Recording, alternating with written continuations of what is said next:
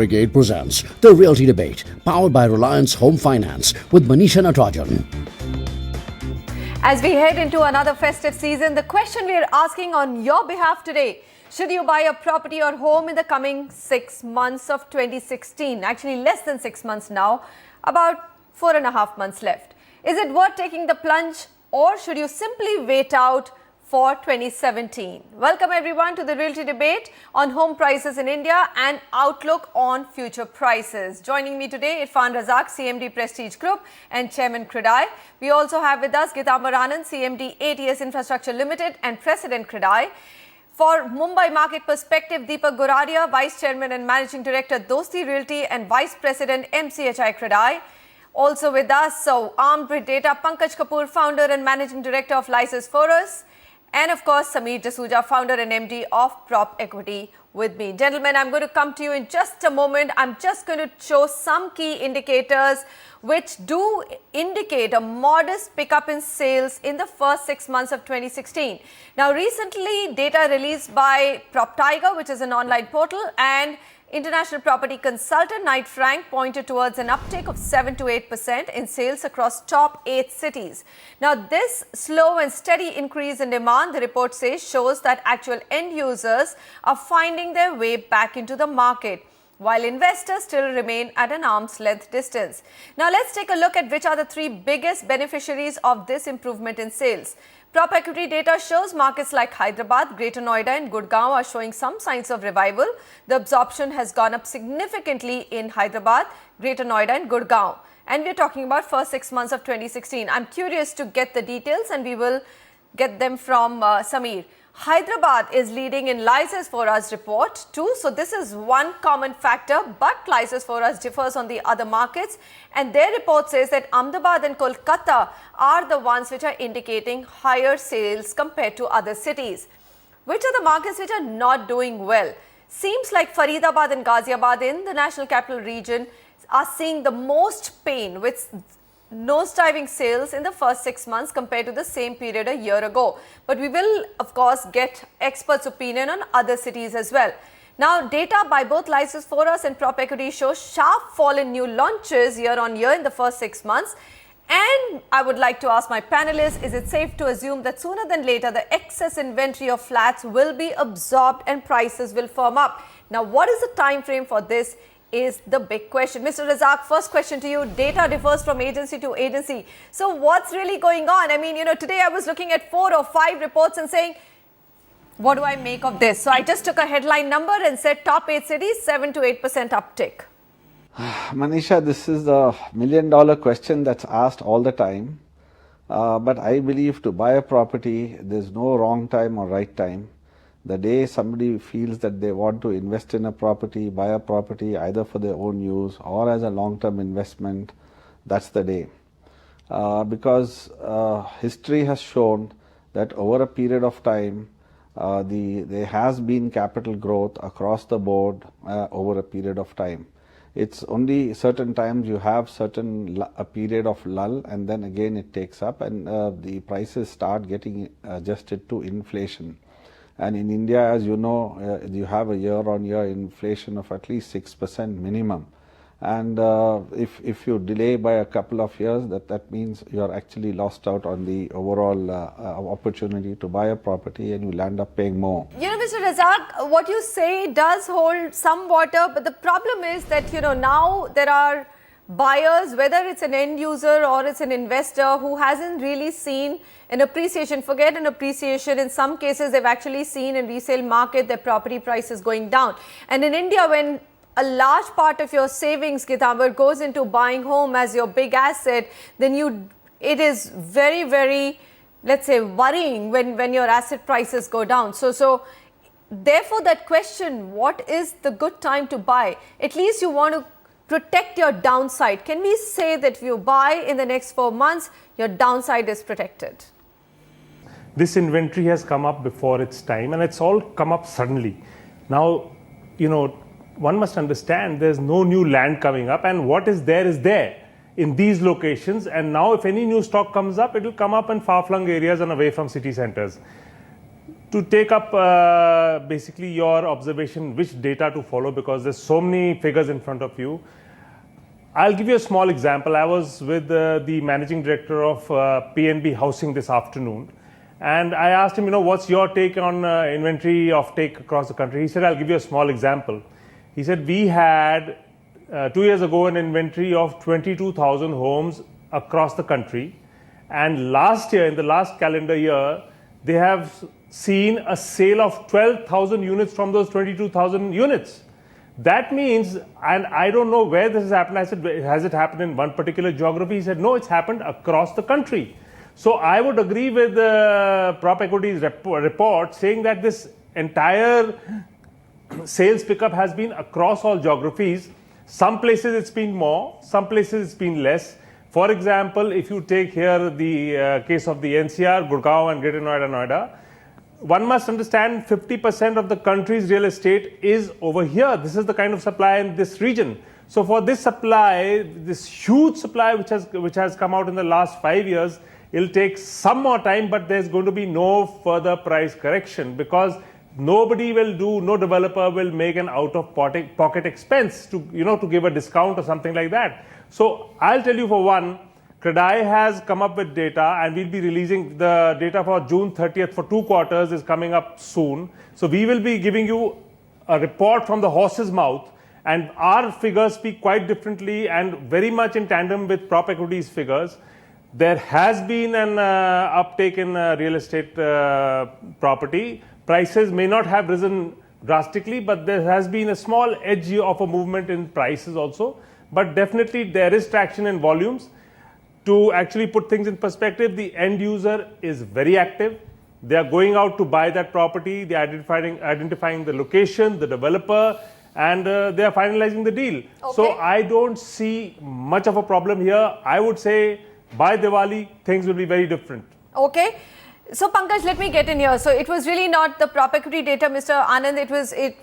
This is the IPC Knight Frank data and Prop Tiger data, which says 7 to 8% across top 8 cities. Pankaj, your report was much harder to decipher. I'll be very honest, it was not an easy report to actually read through, except for some of the headline numbers. So run us through, what is the mood today amongst the buyers? I mean, really, has 2016 first 6 months been better than 2015 first 6 months? Yeah, it is. So if you look at on YOY basis, we showed 9% growth in the sales. However, the inventory also rose by around 17%. So it's the inventory as well as sales both have gone up. But on the Q-on-Q basis, there was a moderate decline. I would say that moderate decline was because of the lower amount of new launches during this particular quarter. So there's a decline in the new launches, and generally the sales were being registered in the new launches in most of these quarters. So because of that, quarter on quarter, I see a bit of a decline. But I completely agree to the point of view is that since last 2 years, we are not seeing kind of a surge in the prices. And over a period of time, since interest rates have reduced, and during the period, the people's income also have grown. So it is giving kind of a slight growth in the sales. So sales offtake is there. So if you look at last 3 quarters and 4 quarters, I see the sales trends is upwardly mobile. Okay. So overall sense, I do agree, and I still say that, whatever the Knight Frank and Prop Equity data indicates, it's showing this manner only. So YOY basis, there's a growth. On Q-on-Q basis, there's a bit of a decline. So Pankaj, when you say Q-on-Q, are you taking January to March and then April to June? Are you taking sequential Q-on-Q? Yes. Okay. January to March and March to and April to June. So Q1 FY, yeah. Okay, so hold your thought there. So actually we have consensus on data, and Mr. Goradia, you should be happy, man, to hear that there is consensus. So the number could vary from 7% to 8% to, as Pankaj has said, 9%. But definitely 2016 first 6 months have been better compared to 2015 first 6 months. So when at the end of 2015, developers were saying worst is behind us, in some sense, it actually turned out so, isn't it? I mean, things may not look phenomenal, but the worst definitely seems to be behind them. Manisha, I absolutely agree with you. The things are in 2016, the Q1, Q2, as Pankaj says, is definitely better than the 2015. In 2015, comparatively, this year we have a lot of takeoff conversion happening at each developer site, even in western part of India. We see a lot of things happening in Mumbai and MMR area. The things are that even if we see the results coming from the corporates listed developers in Q1, that is April to June 16, everybody has shown a better improvement, better result. And as a developer, we also feel that inquiries are generated comparatively is better. Number of footfall and number of conversion happening at various sites, at various developers in Mumbai, MMR and surrounding area is definitely better than 2016.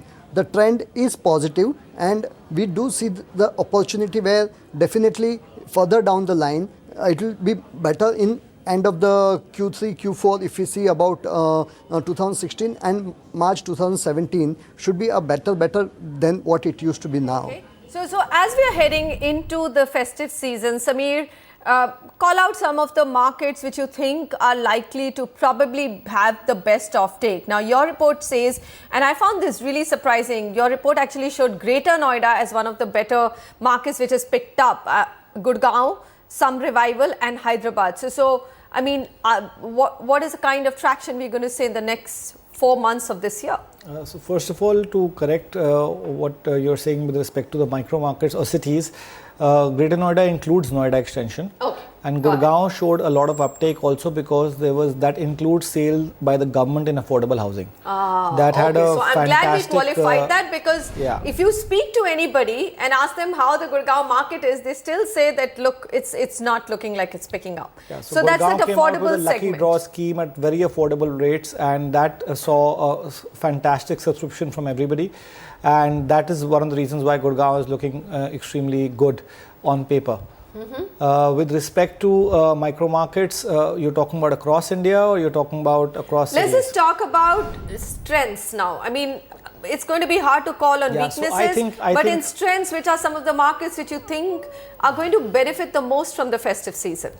You see, the thing is that as everybody is aware that we are really in an end user market. So end users, whenever and wherever they go and buy, this is probably absolutely the best time to go ahead and buy. You cannot get better rates and you will not get better properties. And I completely agree with Mr. Gitambar on Samir, that. So stop here. This is what I need everyone to catch the bull by its horns and do a call on pricing. Because look, I mean, here, October, this is an early Dussehra, early Diwali that we are going to enter into. This is one of the most let's say, auspicious time to buy real estate. Are we saying that most markets have hit their bottom? Are we calling it a bottom? Yes, I can say safely that we can say it's hit kind of a bottom with respect to pricing. With respect to pricing. With respect to pricing. That's what everyone wants to know. I mean, are homes likely to get cheaper if I can wait a bit? You're saying no. Pankaj, call on prices. You know, I do agree. If you look at if there were further decline in the prices, it would have happened a year back, which has not happened. So it looks like there's a resilience and the price is going to hold on. So I would still say that it's a buyer's market. There's a huge inventory ready as well as under construction. Ready, even I mean to say that there's a huge amount of investor stocks available in the market. So one has a big bargain available. So for end users, certainly I say this today is the best market. They can go, they can strike good values, they can bargain well, and they'll get good options available in the market. And I do agree, like, you know, it's the bottom of the market. I would not say that from here the prices will begin to surge. I would say there's going to be pricing pressure maintained over next 1.5 years. Having said that, I don't see there's going to be further decline and no rise too. Okay. That's a strong statement coming from two data companies, two independent research data companies. All right. This is good news, but I'm going to come back to you, Mr. Razak, and ask you this question. What is a buyer really looking for today? The buyer profile has undergone a huge change. We keep titling the buyer as an end user. But in terms of age, in terms of what he's looking for, what does he bite into? Run us through what your experience has been as a developer. See, the buyer, of course, his aspirations have changed. Buyers looks at any property, even if it's in the affordable segment. He wants all the lifestyle amenities. He wants open spaces. He wants playgrounds. He wants the sport facilities in the clubhouse like badminton, squash, and party halls. All of that, and the size of the unit, of course, today has become smaller. It's only to make it more and more affordable. But in spite of that, even if he's going in for a mid-income housing, all these facilities are like now taken for granted. Now, if any development promises all this and more, and also gives him a decent price in terms of the total ticket price, I think they're just going ahead and committing themselves. Now, coming to price itself, I just don't understand how price can ever come down from these levels, because there is the cost of construction keeps going on higher and higher.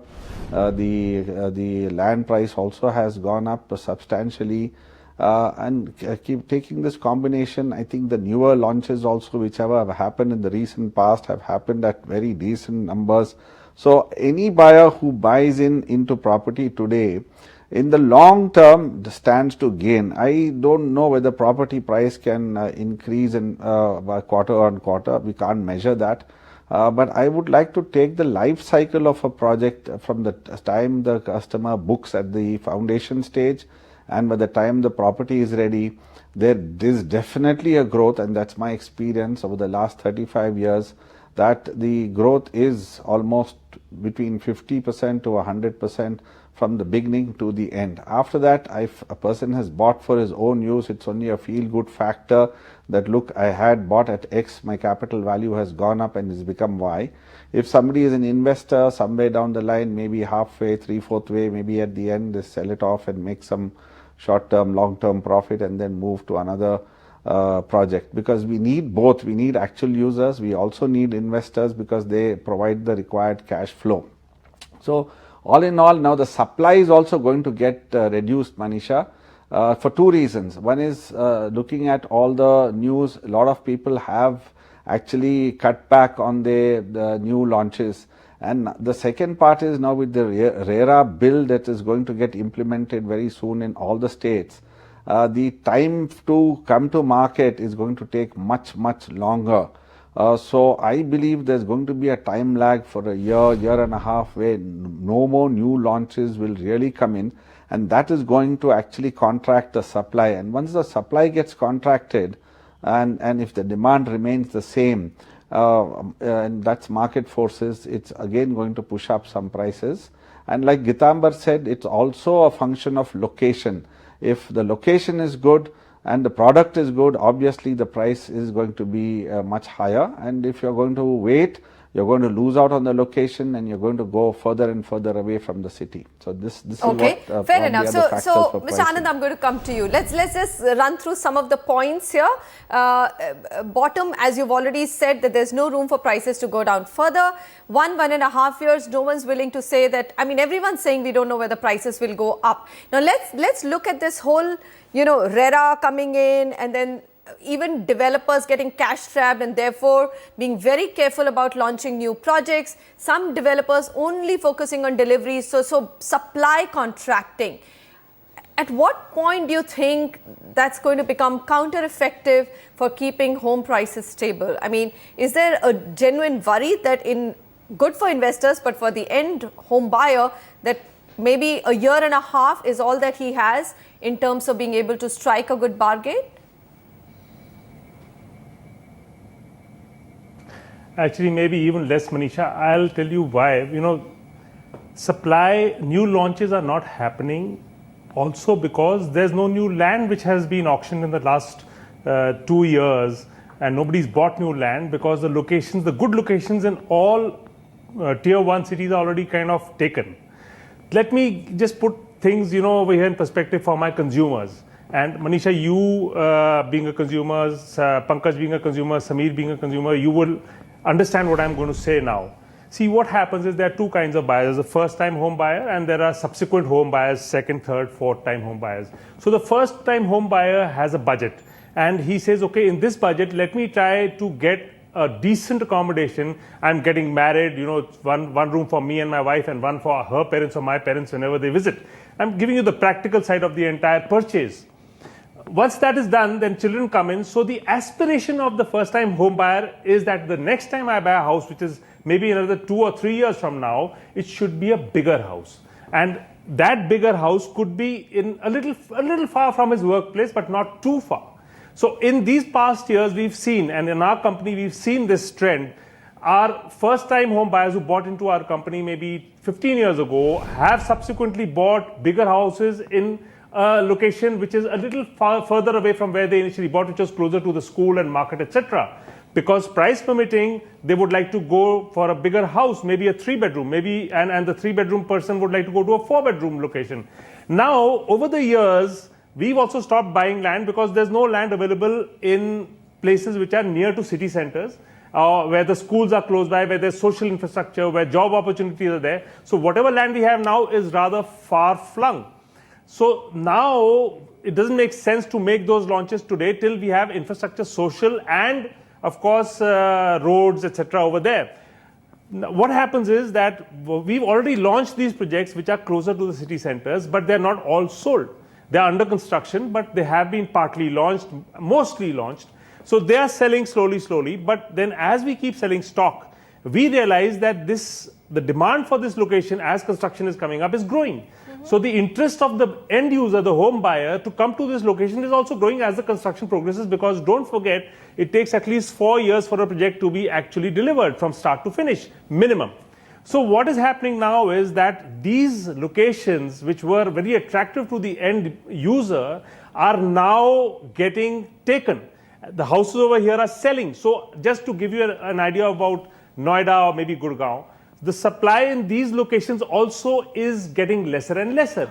And it is an obvious thing that as supply is restricted and taken up, the prices will definitely move. So let me tell you this. We delivered a project right here in Noida on the expressway. Samir will know where it is. It's in Sector 104. It was, we launched at a price of 3,500 rupees in 2010. That was on a down payment, and we kept pushing up the price up to 5,500, 6,000 delivery. This was in the year 2014, mid-14. Today, the resale value of that project is 10,000 rupees a square foot. Why? Because it is closer to the city centers. And 10 kilometers away from the same project, we've launched another project. It's called Pristine. This we launched in 2014. That project we launched again at about 4,000 rupees. That is trading at 6,000 today. And the end user is buying into it. So I cannot agree with the fact that prices will not go up. Prices will definitely go up because good locations are gone and taken. Okay, fair enough. I think very well made point. It's all about location. Mr. Goradia, just very quickly, in terms of Mumbai, this is a market everyone said is waiting to crack down. It's slowed down, and prices are likely to come down. It's the most expensive city, all of that. And I find that Mumbai is far more sticky than NCR when it comes to prices. So are you saying that, look, we may not see prices going up for another year, but we won't even see prices going down? I know as a developer, you'll never say prices will go down. A little differ with you, the view and the opinion which you express about the city of Mumbai. As such, as in Mumbai, we don't have open green land. The development happening across other cities, and in Mumbai, lot of development is happening is a brownfield development, and greenfield development happening in extended suburbs and in MMR area. Mumbai has got all brownfield redevelopment project of slum redevelopment, cessed land redevelopment, society redevelopment project, where the supply is not able to generate that great number. There is a phase-wise development happening where one has to settle with a tenant and then make a rehab building or the tenants building for the society, and then limited portion is remaining for the sale component. So the supply in city of Mumbai and even in extended suburb is not that huge. Overall, we see the scenario because of little sentiment issue, the customers were little delaying taking decisions. But since last 2 quarters, we see that people are coming forward. They realize the prices remain steady in terms the prices point of view, developers point of view. The construction cost has gone up. Okay. Various cost of paying premium to municipality, government of Maharashtra, and even state level and even central level has gone very, very high. So there is no scope of further that way that builder can cut on any price. So prices point of view, it's all accepted norm that prices are stable now, and prices will definitely in time to move little on a northern portion or a positively upward trend. But that may not happen in the immediate future. We do expect post October onward the festivity season, lot of maybe a launch because of RERA and issue expressed by Irfan ji and all. The issue is faced across India. So new launches have little slowdown. Existing launch projects are going on phase-wise basis. Right. So takeoff is there, inquiries are there, conversion is happening. We do expect a lot of further conversion in Q3 and Q4 of the year to happen. And overall Mumbai point of view, the perception of high price is limited to only south and mid city. Across suburb is price as good as the price of other cities in India. Okay. So extended suburbs is an MMR area is a price which is still affordable, and there is a takeoff happening at that level. Okay, so that's a very good summary of the Mumbai market. I'm going to come back and go to my data experts after the break.